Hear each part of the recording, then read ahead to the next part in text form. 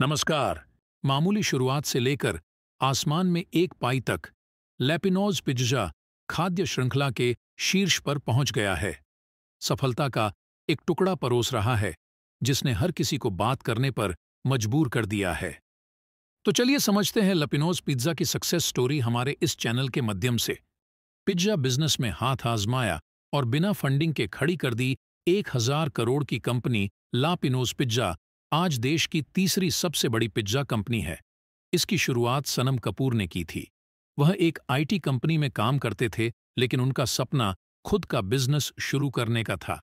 आखिरकार उन्होंने बिना किसी फंडिंग के एक ऐसी कंपनी खड़ी कर दी जिसका टर्नओवर 1,000 करोड़ रुपए का है। नई दिल्ली। हाल के वर्षों में पूरे देश में इटालियन फूड पिज़्ज़ा की लोकप्रियता काफी तेजी से बढ़ी है। इसके साथ ही देश में कई देसी विदेशी कंपनियां इसके बाजार में आई हैं। इसमें लपिनोज पिज़्ज़ा भी शामिल है। ये देश में तीसरी सबसे बड़ी पिज़्ज़ा कंपनी है। साल 2011 में चंडीगढ़ में अपना पहला स्टोर खोला। आज उनके पास पूरे देश में 600 से अधिक फ्रेंचाइजी हैं।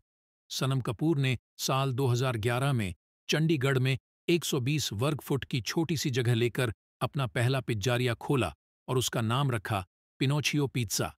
यह वह दौर था जब हर जगह पिज़्ज़ा नहीं मिलता था।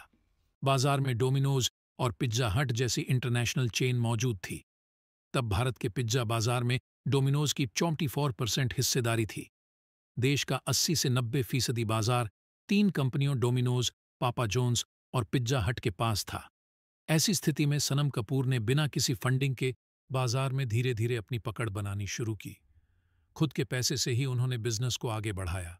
उन्होंने पूरा पिज़्ज़ा के बजाय स्लाइस बेचना शुरू किया। यही बात उन्हें दूसरी कंपनियों से अलग बनाती थी। इसके साथ ही उन्होंने कंपनी का नाम बदलकर ला पिनोज पिज़्ज़ा कर दिया। इतालवी में इसका मतलब होता है बड़ा पिज़्ज़ा। कैसे किया बाजार पर कब्जा? कंपनी का पिज़्ज़ा दूसरी कंपनियों के मुकाबले सस्ता था और स्वाद में किसी से कम नहीं था। इतना ही नहीं, उन्होंने पिज़्ज़ा में भारतीय फ्लेवर डालना शुरू किया। इनमें पनीर मखनी पिज़्ज़ा, पनीर बटर मसाला पिज़्ज़ा और मखनी दो प्याज़ा पिज़्ज़ा शामिल हैं।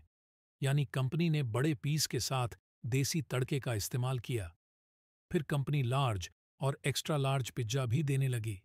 इससे धीरे धीरे कंपनी अपनी अलग पहचान बनाने लगी। प्रॉफिट बढ़ने लगा तो कंपनी ने मोहाली में अपनी दूसरी ब्रांच खोली। इसके बाद उन्होंने फ्रेंचाइजी के दम पर पूरे देश में अपना विस्तार किया।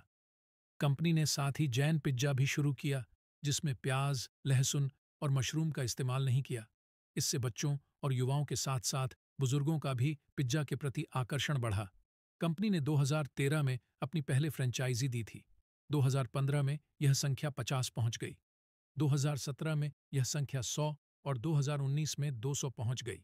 इसी तरह 2021 में कंपनी की 300 फ्रेंचाइजी थी, जो 2023 में 600 पहुंच गई। इसके साथ ही कंपनी का टर्नओवर 1,000 करोड़ रुपए के पार पहुंच गया। कंपनी शुरुआत में 8% रॉयल्टी लेती थी, लेकिन क्वालिटी बनाए रखने के लिए उसने रॉयल्टी 4% कर दी। मगर कंपनी ने साथ ही फ्रेंचाइजी के सामने यह शर्त रखी कि उन्हें कच्चा माल कंपनी से खरीदना पड़ेगा।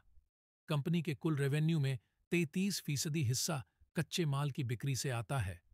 रॉयल्टी से कंपनी को मात्र 15% रेवेन्यू आता है। अब कंपनी विदेशों में भी बिजनेस फैलाने की तैयारी में है। देखने के लिए धन्यवाद। अगर आपको यह वीडियो पसंद आया तो अधिक सामग्री के लिए लाइक, कमेंट और सब्सक्राइब करना सुनिश्चित करें और हमारे नवीनतम वीडियो पर अपडेट रहने के लिए अधिसूचना घंटी दबाएं। अगली बार तक उत्सुक रहें। गरुड़ नॉलेज।